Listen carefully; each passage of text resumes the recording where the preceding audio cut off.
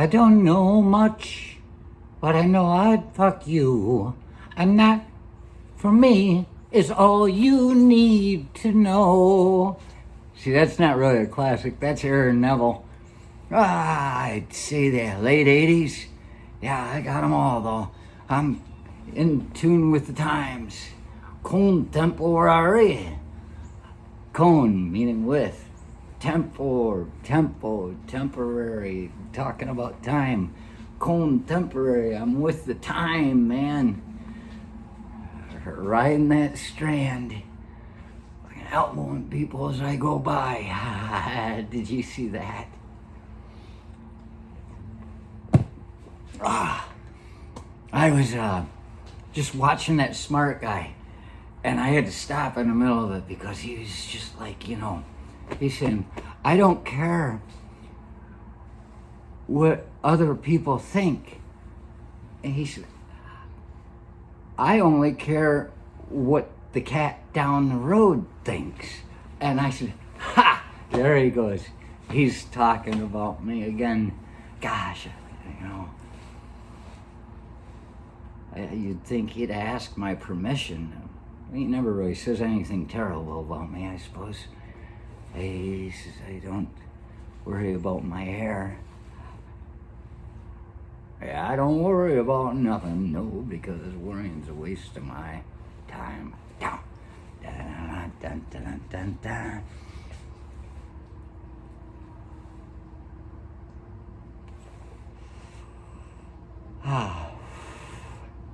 And it made me think that him saying how he doesn't worry about anybody, it reminded me sitting in Mary's Tavern one afternoon, and I'm next to this guy I don't know.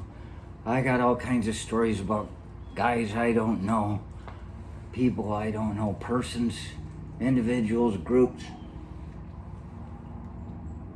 Somehow they just can't stay away from me. They try, but I talking to this guy, and he's just sitting there, and I'm going, and that's how it often happens. And he says something about people, and not really talking about these people at the end of the bar, but they brought it up, I guess. And I said, I don't care what they think. And he turns, he says, yeah, fuck them. And I said, no, that's not really what I'm saying. I said, I don't have any anger towards them. I just don't care. Ta-da! Maybe that's what that guy needed to hear. Sitting there and all you're surrounded by is people complaining about everybody, and you're just like, where's your locus of control, man? That is a thing, locus, a location, a locus of control. Where does it lie? Is it external or internal? You take somebody trying to do the right thing in people's eyes all the time, and whether it's for some kind of just bullshit ruse, or if it's out of fear, like that poor tree outside just doing everything she's supposed to do, and come to find out nobody cared at all. Oh, biggest fear of all. Nobody cared. Wasted a life worrying. And I'm free. That's my what's his name impression. Roger Daltrey. So an external locus of control is that you're looking, and you're driven by everything everybody else thinks, even if they're not pushing it on you directly.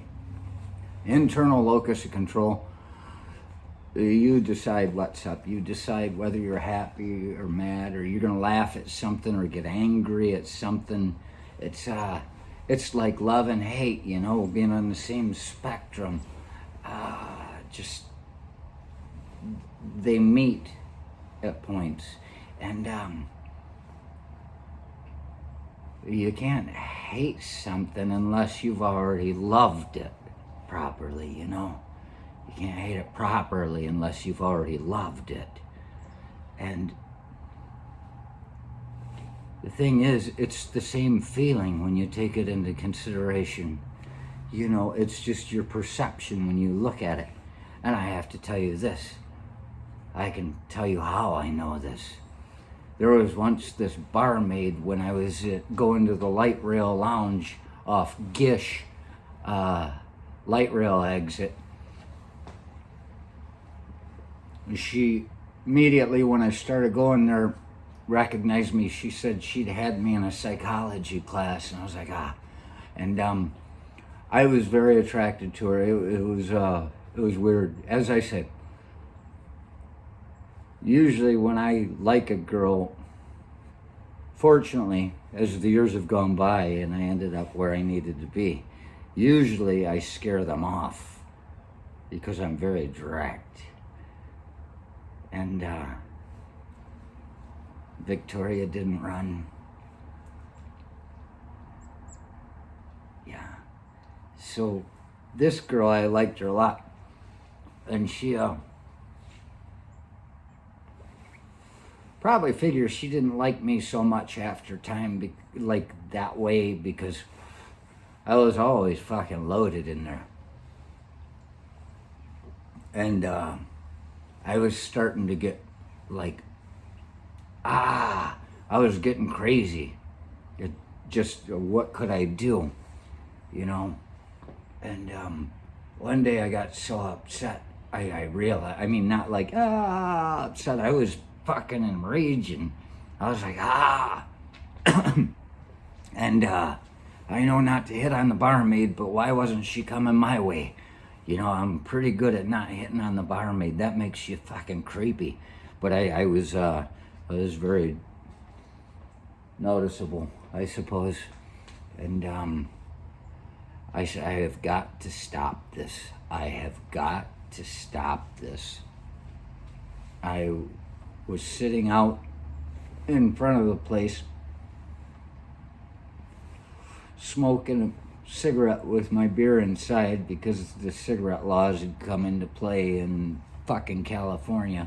I was told that it'd be cheaper to get arrested or get a fine for smoking weed in the bar than it would be smoking cigarettes. Jeez, cigarettes are a gateway drug. And I was sitting out there smoking my cigarette and thinking, I'm stopping, I gotta stop this. And I thought about love and hate. And this is actually where I came to the understanding, the real understanding I have about how they're on the same spectrum. I decided the only way to stop wanting her that way, I was like infatuated, was to hate her. And I said, okay. And I just sat in my mind and I tweaked my mindset. It wasn't hard because I was already close to rage anyway. It was about to get dangerous. That scares me. Man's got knows limitations. I haven't gone that far because I set my limits lower. But this is probably as close as it got. I mean, like, in whatever way, it was about to get dangerous. And so I just went, and I focused, and I breathed it in, and I turned that feeling into hate. And as I did that, in my chest, right here on my sternum, right under my mask, there was the shape of this bone. It just went wah, like some kind of crazy dog bone, but there was not really a bone there, other than the bone that belongs there. But there was just this on a diagonal. It went this way. I think I was trying to do it backwards for you so it would come out right. But just this little bone, and it was just like, God, and it took a feeling of solidity. And I said, there it is. I said, there is my hatred. And everything just slid away. I was like, wow. I had this feeling of like freedom and normalcy. I didn't have any more thoughts, any more feelings, nothing. And I realized, my gosh. And it felt the same, there was the same energy, only when it turned to hatred, it became a bone. There's a dead thing to fucking throw out to the dogs. And, yeah. Where's your locus of control?